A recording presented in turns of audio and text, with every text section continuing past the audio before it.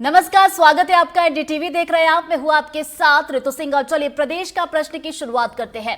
छत्तीसगढ़ और तेलंगाना बॉर्डर पर नक्सलियों की बटालियन नंबर 1 पूरी तरह से घिर चुकी है। इनमें कई बड़े नक्सली हैं। इनके सामने सरेंडर करो या मरो की स्थिति बनी हुई है। सुरक्षा बलों के साथ ताबड़तोड़ फायरिंग के 100 घंटे से ज्यादा हो चुके हैं। पहले देखते हैं एक रिपोर्ट, उसके बाद इस पर चर्चा भी करेंगे। कर्रेगट्टा की पहाड़ियों में बड़ी संख्या में माओवादी होने की सूचना मिली थी। उसके बाद सुरक्षा बलों ने उन्हें चारों तरफ से घेरा है और हजारों की संख्या में वहां सुरक्षा बलों को तैनात किया गया है। कि बड़ी संख्या में जो सुरक्षा बल वहां पर ऑपरेशन में लगे हुए हैं और उनके दबाव के चलते चारों तरफ से अब घिर चुके हैं, तो सरेंडर करने की भी स्थिति होगी। तो नक्सलियों के लिए करो या मरो जैसी स्थिति है।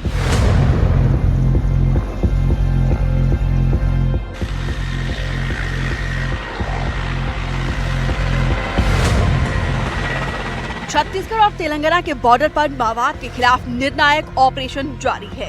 यहाँ करेगुट्टा के जंगल और पहाड़ी पर नक्सलियों और सुरक्षा बलों के बीच भीषण गोलीबारी चल रही है। 100 घंटे से ज्यादा समय से नक्सलियों की बटालियन नंबर 1 पूरी तरीके से घिरी हुई है। ये इलाका नक्सलियों की बटालियन नंबर 1 का सबसे सुरक्षित ठिकाना माना जाता है। बताया जा रहा है कि इस इलाके में 10,000 से ज्यादा जवानों ने नक्सलियों की बटालियन नंबर 1 को घेर के रखा है। जवानों की टीम 10 दिनों तक रुकेगी। ये ऑपरेशन काफी लंबा चलेगा। चारों ओर से जवानों ने इस इलाके को घेर के रखा है। सैकड़ों की तादाद में माओवादी अंदर कर्रेगट्टा की पहाड़ी में है। ये बहुत दुर्गम इलाका है जहां पर जमीन के रास्ते से पहुंचना मुश्किल है। यही वजह है कि ऑपरेशन को चारों तरफ से जब लॉन्च किया गया, कर्रेगट्टा की चारों पहाड़ी को 200 किलोमीटर के एरिया को घेरा गया है और अंदरूनी इलाकों में जो जवान हैं वो लगातार अंदर बढ़ रहे हैं और हजारों की संख्या में ये जवान हैं। मॉनिटरिंग से समझ सकते हैं कि बीजापुर के इस सिविल लाइन में तमाम जो आला अधिकारी हैं वो बैठकर मॉनिटरिंग कर रहे हैं। आईजी बस्तर के बॉर्डर पर बैठकर मॉनिटरिंग कर रहे हैं। गृह मंत्री विजय शर्मा भी पूरा अपडेट ले रहे हैं। सुरक्षा बलों के चक्रव्यूह में 1 करोड़ का इनामी नक्सली हिडमा, देवा, दामोदर के साथ कई टॉप कैडर के नक्सली बुरी तरीके से फंसे हुए हैं। इनके सामने सरेंडर करो या मरो की स्थिति बनी हुई है। अगर यहाँ पर नक्सली सरेंडर नहीं करते हैं तो ये एनकाउंटर में मारे जा सकते हैं। बस्तर के आईजी पी सुंदरराज ये कह रहे हैं कि नक्सलियों के खिलाफ ये निर्णायक लड़ाई है। 2 राज्यों की सीमा पर चल रहे इस सबसे बड़े ऑपरेशन पर गृह मंत्री विजय शर्मा खुद पल पल की अपडेट ले रहे हैं। बड़े अधिकारी भी बीजापुर में डेरा जमा कर बैठे हैं। इस इलाके में जिस तरीके से बड़ा ऑपरेशन लॉन्च किया गया है, कयास लगाए जा रहे हैं कि परिणाम बहुत बड़े हो सकते हैं। अब तक जवानों ने 5 नक्सलियों को ढेर किया है, जिनमें से 3 महिला नक्सलियों के शव भी बरामद किए जा चुके हैं। ये आंकड़ा और भी बढ़ सकता है। दरअसल ये पूरा इलाका नक्सलियों की बटालियन नंबर 1 का गढ़ है। तो सीधी नजरें इस ऑपरेशन पर बनी हैं और इस ऑपरेशन को अब तक का सबसे बड़ा ऑपरेशन बताया जा रहा है और उसके पीछे की वजह भी बिल्कुल साफ है। जैसा कि केंद्रीय गृह मंत्री अमित शाह ने देश से वादा किया है कि मार्च 2026 तक छत्तीसगढ़ ही नहीं पूरे देश से माओवाद खत्म होगा। उसी कड़ी में ये ऑपरेशन लॉन्च किया गया है और सबसे बड़ा ये ऑपरेशन है। बीजापुर से कैमरा पर्सन प्रवीण साहू के साथ जुल्फिकार अली, एनडीटीवी।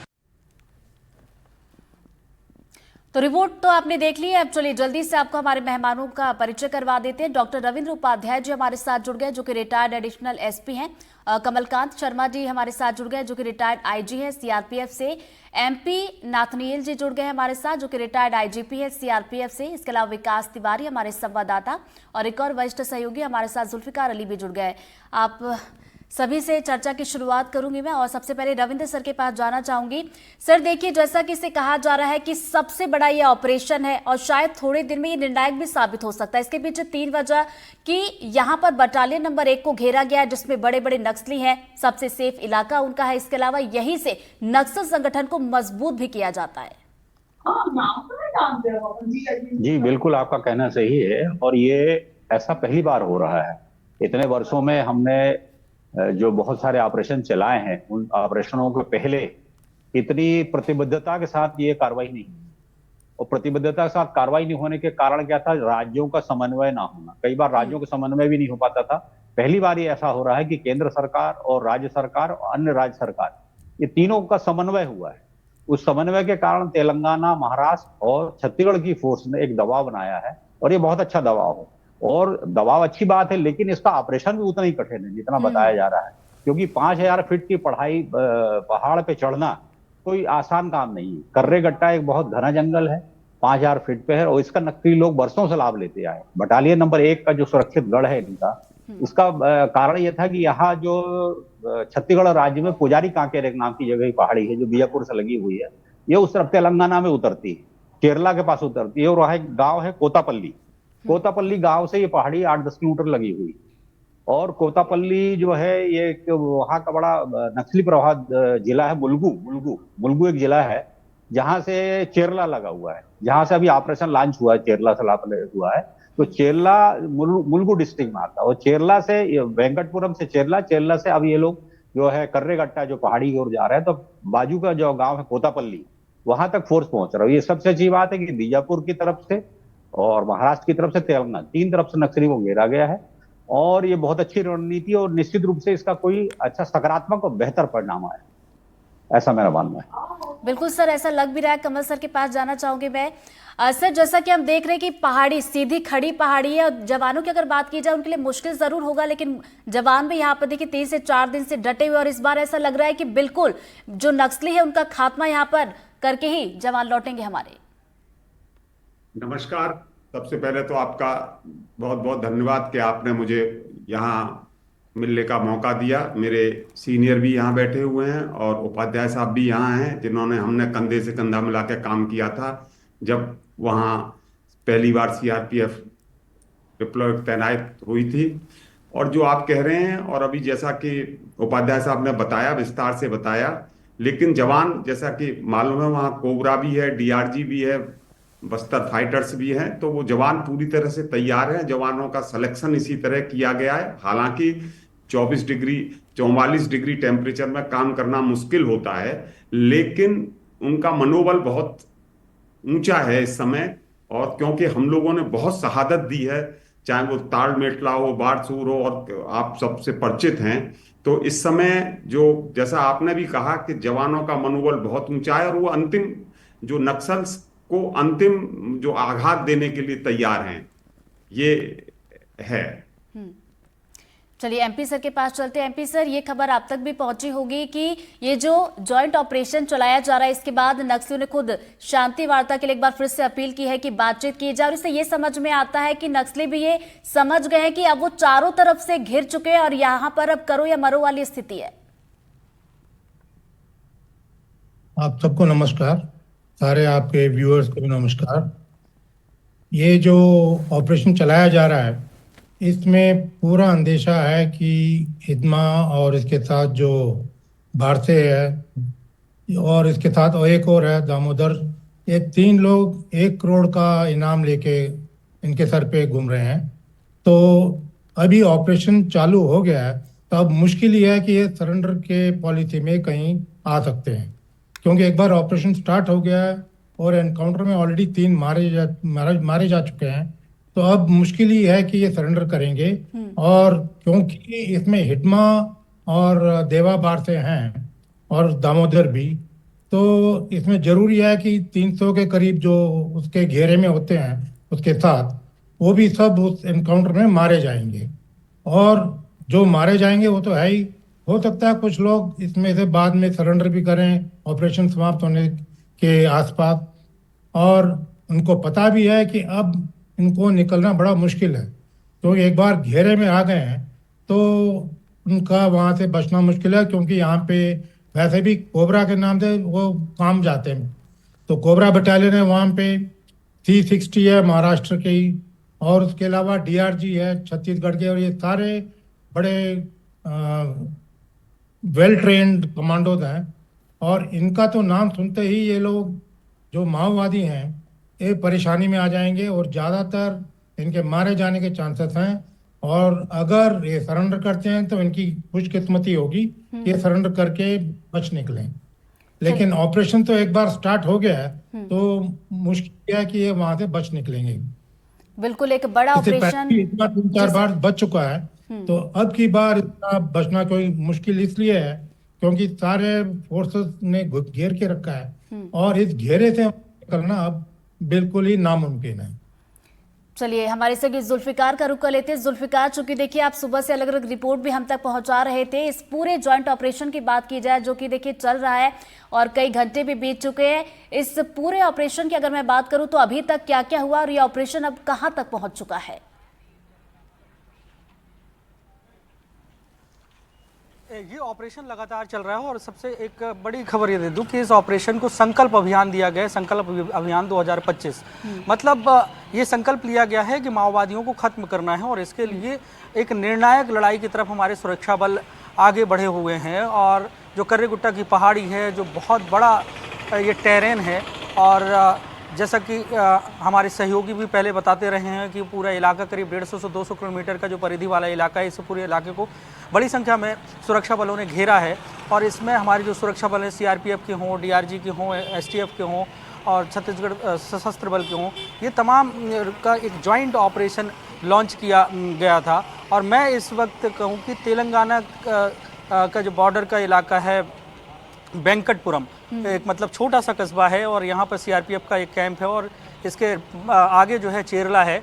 और इसके ही अंदर देखें तो ये जो पहाड़ी है कर्रेगट्टा की, इस पहाड़ी में ही ऑपरेशन चारों तरफ से लॉन्च किया जा रहा है।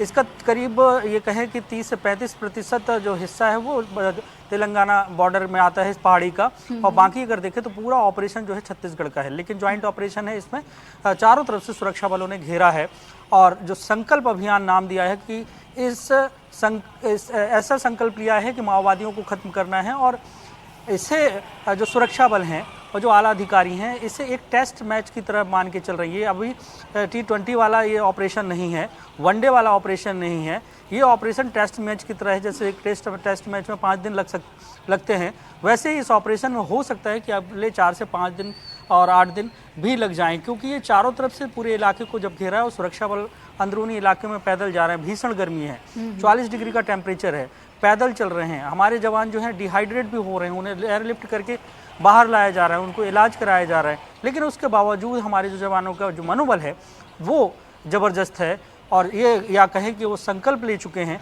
कि माओवाद को ख़त्म करना है। और इसका असर भी दिख रहा है कि माओवादियों की तरफ से पत्र भी सामने आ रहा है और उस पत्र में वो शांति वार्ता की बात कर रहे हैं।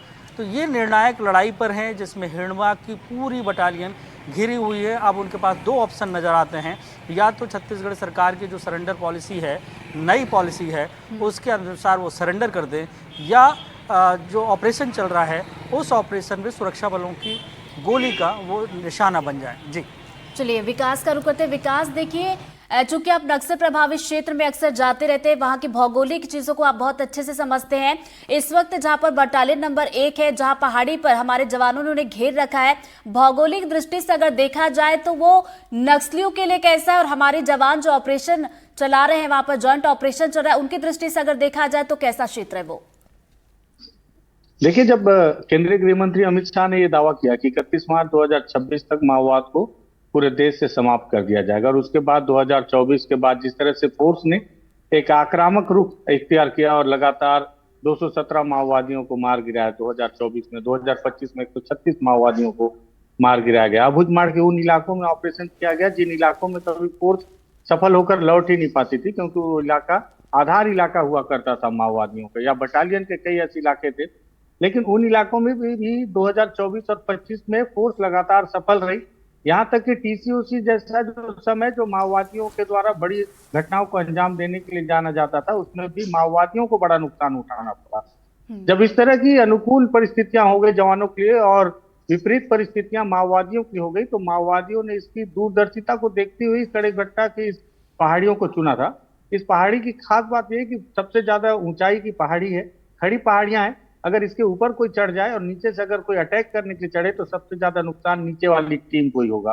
और सीधी सी बात है कि माओवादियों ने सबसे पहले इसकी दूरदर्शिता देखते हुए तैयारी की थी, और इसका 30% हिस्सा तेलंगाना में आता है, 70% हिस्सा छत्तीसगढ़ में। इसके ऊपर एक छोटी नदी और नाले भी हैं जो कि आगे चलकर नम्बी जैसे ऊंचे जलप्रपात का निर्माण करते हैं, जहां साल के पूरे 12 महीने पानी की पूरी व्यवस्था है। 2-3 चीजें बचती हैं कि अगर हवाई हमला किया जाए तो उन्हें बचने के लिए बंकर, और बीते दिनों जिस तरह से हिड़मा का एक बंकर सामने आया था चिंतलनार और बीजापुर के मिडिल इलाके में।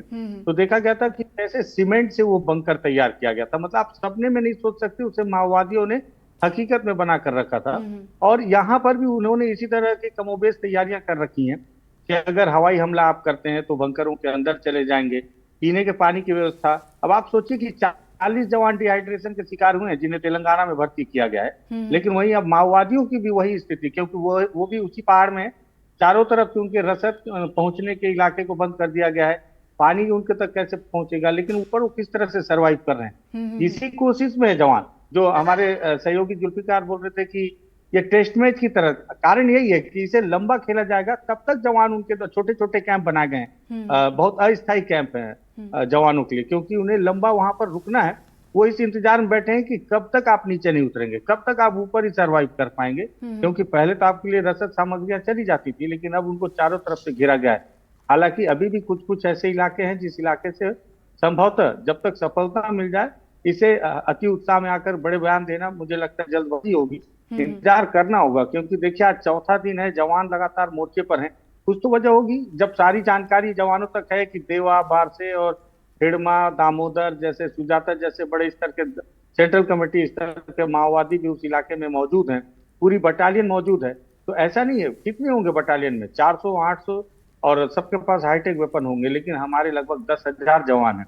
उसके बावजूद वो अगर पहाड़ी पर नहीं चढ़ रहे, सीधे जाकर उनसे नहीं लड़ रहे, तो उनको भी पता है कि अभी भी माओवादी वहां पर जो मोर्चा लेकर है और जिस तैयारी से हैं, तो सीधे जाना अति उत्साह होगा और लापरवाही होगी, जिसका खामियाजा भी भुगतना पड़ सकता है। और जवान पूरी तरीके से तैयार है कि 2 दिन 4 दिन 5 दिन नहीं, अगर 10 दिन या 2 सप्ताह भी लग जाए तो भी जवान वहां पर रिप्लेस होकर, जैसे जवान दूसरे जवानों को वहां से छुड़वा रहे हैं और फिर दूसरे जवान वहां फिर से तैनाती ले रहे हैं, जो लंबा समय वहां बिताएंगे। लेकिन उन्हें पूरी तरह से नजरबंद करके रखा गया है कि आप जैसे ही नीचे उतरेंगे या जैसे ही लड़ने के लिए सामने आएंगे तो आपको सबसे पहले मार गिराया जाएगा। इसके पहले एक बड़े माओवादी नेता ने सरेंडर होने के बाद उन्होंने भी बताया था इस बात को लेकर कि अगर आपको बटालियन से लड़ना है तो उन पर इतनी गोलियां दागनी होगी कि सबसे पहले उनका मनोबल टूटे। जब मनोबल टूटेगा उसके बाद भी आप बटालियन के लड़ाकों को मार सकते हैं।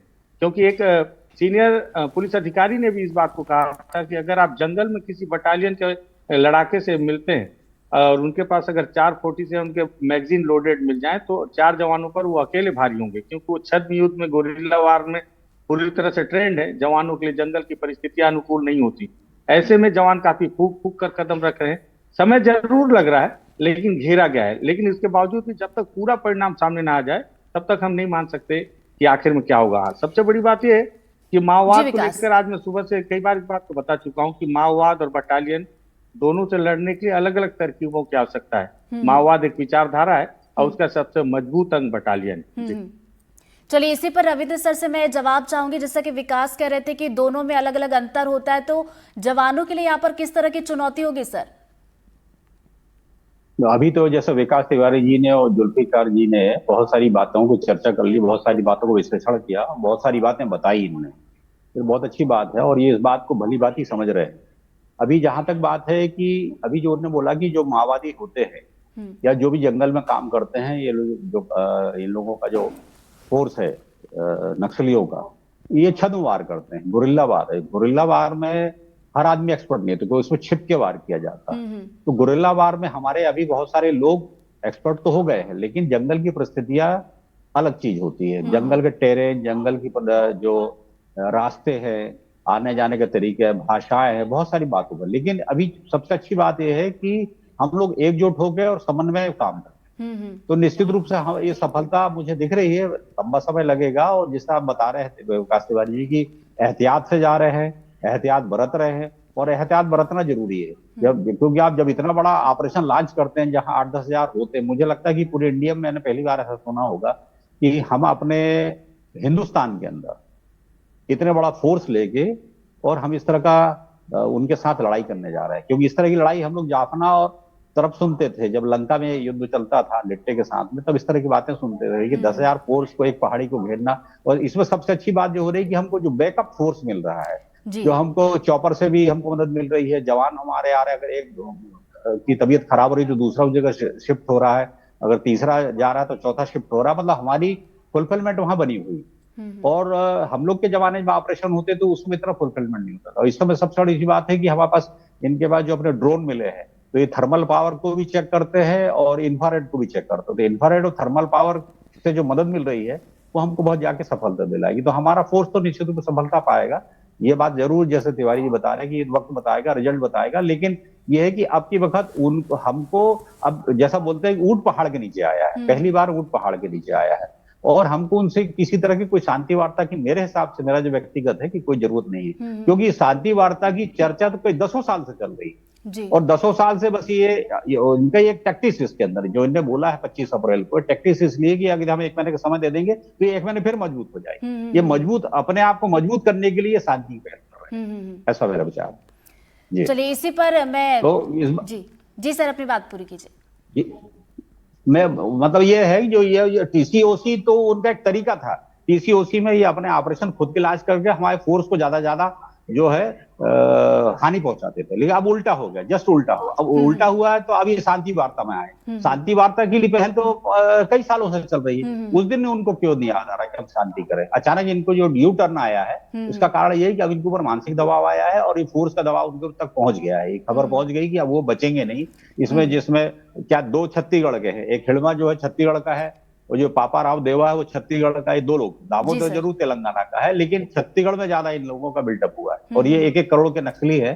तो निश्चित रूप से लड़ेंगे जरूर, ये लड़ेंगे जरूर, ऐसा नहीं, आसानी से सरेंडर नहीं करेंगे, ये लड़ेंगे, गोलियां चलाएंगे। हो सकता है कि ये खेद भी रहे उस मामले में, लेकिन ये आसानी सरेंडर करेंगे, मुझे ऐसा नहीं। चलिए दोबारा आपके पास लौटूंगी, कमल सर के पास जाना चाहूंगी। सर जैसे कि आपने टीसीओसी का जिक्र किया, यानी कि टैक्टिकल काउंटर ऑफेंसिव कैंपेन, मार्च से लेकर जून तक का वक्त होता है जब ये पैटर्न नक्सलियों का होता है। इस वक्त ये जो समय होता है उनके लिए बहुत अनुकूल होता है, इसी वक्त वो सबसे ज्यादा हमले भी करते हैं। लेकिन यहाँ पर बिल्कुल उलट दिखाई दे रहा है कि जो समय उनका होता था उसी समय पर हमने एक बड़ा ज्वाइंट ऑपरेशन यहाँ पर लॉन्च किया है। और जैसा कि हम जिक्र भी कर रहे हैं कि हालांकि देखिए परिणाम को लेकर कहना जल्दबाजी होगी, लेकिन अगर इसमें सफलता मिलती है तो बहुत बड़ी बात होगी। मैं डॉक्टर उपाध्याय के साथ सहमत हूं कि इस समय स्थिति पूरी तरह से परिवर्तित है। आपके दोनों जो पत्रकार हैं और फील्ड में बहुत अच्छा काम कर रहे हैं और जितने 44 डिग्री टेम्परेचर में काम कर रहे हैं, उनका ये बहुत ही प्रशंसनीय काम है। लेकिन उनके जो विकास जी हैं, उनके साथ जैसे उन्होंने कहा था कि पहले एक जो उनका गोरिल्ला था होता था वो 4 जवानों के बराबर वो समझते थे, लेकिन इस समय स्थिति पूरी बदली हुई है। पहले इस इलाके में जाना बहुत मुश्किल काम था। देखिए, मैं 2003 में पहली बार सीआरपीएफ वहां गई। उस समय तो ये था कि जो उपाध्याय जी हैं, इनसे अगर आप पूछेंगी कि जो नक्सल्स के ग्रुप थे उस पर कानूनी रूप से बैन नहीं था, तो हम उनको पकड़ते थे तो वो छूट जाते थे क्योंकि उनके ऊपर कोई बैन नहीं। धीरे धीरे आप देखिए कि इस स्थिति तक हम पहुंचे हैं। इतने लोगों ने इसके लिए शहादत दी है। ये जो आज जहां हम पहुंचे हैं, इसके लिए कब से हम लोग इसकी कामना कर रहे थे कि ये स्थिति आए, भगवान करे, और वो स्थिति आई है। देखिए, जो सफलता की बात कर रहे थे उसमें विकास जी, उसमें मैं एक बात कहना चाहूंगा। देखिए, हम सफल तो हो गए, हमने उनको घेर लिया। अगर जैसे जो सूत्र बता रहे हैं आपके कि 3 नक्सली मारे गए हैं, इसमें केवल इतना कहना चाहूंगा कि हमारे पास समय की कमी नहीं है। जैसे कि जुल्फकार जी ने कहा कि ये हम एक टेस्ट मैच के लिए तैयार हैं, तो वो 2 सप्ताह नहीं, हम अब 4 सप्ताह भी कर लेंगे, क्योंकि हमारे पास रिसोर्सेज की, फोर्सेस की कोई कमी नहीं है। दूसरी बात ये है, अगर चलिए वो निकलने में कहीं कामयाब हो भी जाते हैं, हालांकि इसकी संभावना 0 है, और तो भी हमारी सफलता है, क्योंकि पूरे जगह फिर हमारे कैंप बन जाएंगे। और मैं थोड़ा सा डिफर करूंगा डॉक्टर उपाध्याय के साथ। वो जो कह रहे थे कि वो सरेंडर नहीं करेंगे और लास्ट तक लड़ेंगे, उससे मैं थोड़ा डिफर करूंगा। क्यों? देखिए, आप उनकी आइडियोलॉजी देखिए। वो लोग भौतिकतावाद के लिए लड़ रहे हैं, कोई उनके पीछे धार्मिक कारण नहीं है या कोई ऐसा नहीं है चीज जिसके लिए कि वो जान देना चाहें। अगर वो जिंदा रहेंगे तो दोबारा अपनी फिलॉसफी को या जिस चीज पर वो लड़ते हैं लड़ेंगे। तो मुझे पूरा विश्वास है कि वो लोग सरेंडर करेंगे। तो चलिए, 99 सर को लग रहा है कि वो जरूर सरेंडर करेंगे। इसी पर एक छोटा सा कमेंट मैं एमपी सर से भी लेना चाहूंगी। सर जी, इसमें मुझे लगता है कि सरेंडर के चांसेस वैसे कम है, क्योंकि एक बार एनकाउंटर शुरू हो जाता है तो आपस में फिर फायरिंग जब जारी रहता है तो उसमें कहाँ पे वो सरेंडर के लिए मौका मिलेगा। तो चांसेस कम है, और ऑलरेडी 3 मारे जा चुके हैं। तो इसको हम बोलते हैं कि कांटेक्ट शुरू हो गया, मतलब एक बार फायरिंग स्टार्ट हो गया तो उनके साथ कांटेक्ट अभी जारी है, और ये अंत तक इसको जारी ही रखेंगे जब तक पूरा समाप्त नहीं हो जाता। लेकिन एक यहाँ पे प्रिकॉशन लेना पड़ेगा कि आमतौर पे जब ऐसे स्थिति में गिर जाते हैं उनके चारों तरफ वो ज्यादा आईईडी लगा देते हैं, और आजकल क्योंकि ये आमने सामने लड़ नहीं सकते जी सर। तो ये ज्यादा आईईडी का ही मदद ले रहे हैं। आप देखिए पिछले साल टोटल ऐसे 43 घटनाएं हुई जहां पर आईईडी के वजह से हमारे जवानों को नुकसान हुआ है। इस साल जो है तकरीबन 30 ऑलरेडी हो चुके हैं आईईडी की घटनाएं, जिसमें कुछ अपने जवान भी मारे गए हैं। तो ये हो सकता है जहां पर ये घेरा लगाया जा रहा है उसमें ये चांसेस हैं कि जहाँ भागने की कोशिश करेंगे उससे पहले ये आईडी लगाए हुए होंगे जहां पर भी इनका। तो चलिए, अभी जो already स्थिति camping है ऐसे में हो सकता है कि नक्सली भागने की कोशिश करेंगे, साथ ही साथ उनकी तरफ से भी ये तैयारी होगी कि जवानों को नुकसान पहुंचाया जाए। हालांकि हमारे जवानों का मनोबल यहाँ पर बढ़ा हुआ है। अब देखने वाली बात होगी कि जो ऑपरेशन है वो कब तक चलता है। बहुत बहुत शुक्रिया आप सभी का हमारे साथ जुड़ने के लिए। और इसी के साथ हमारे खास कार्यक्रम प्रदेश का प्रश्न में फिलहाल इतना ही। खबरों की लगातार अपडेट्स के लिए बने रहिए एनडीटीवी मध्य प्रदेश छत्तीसगढ़ के साथ। नमस्कार।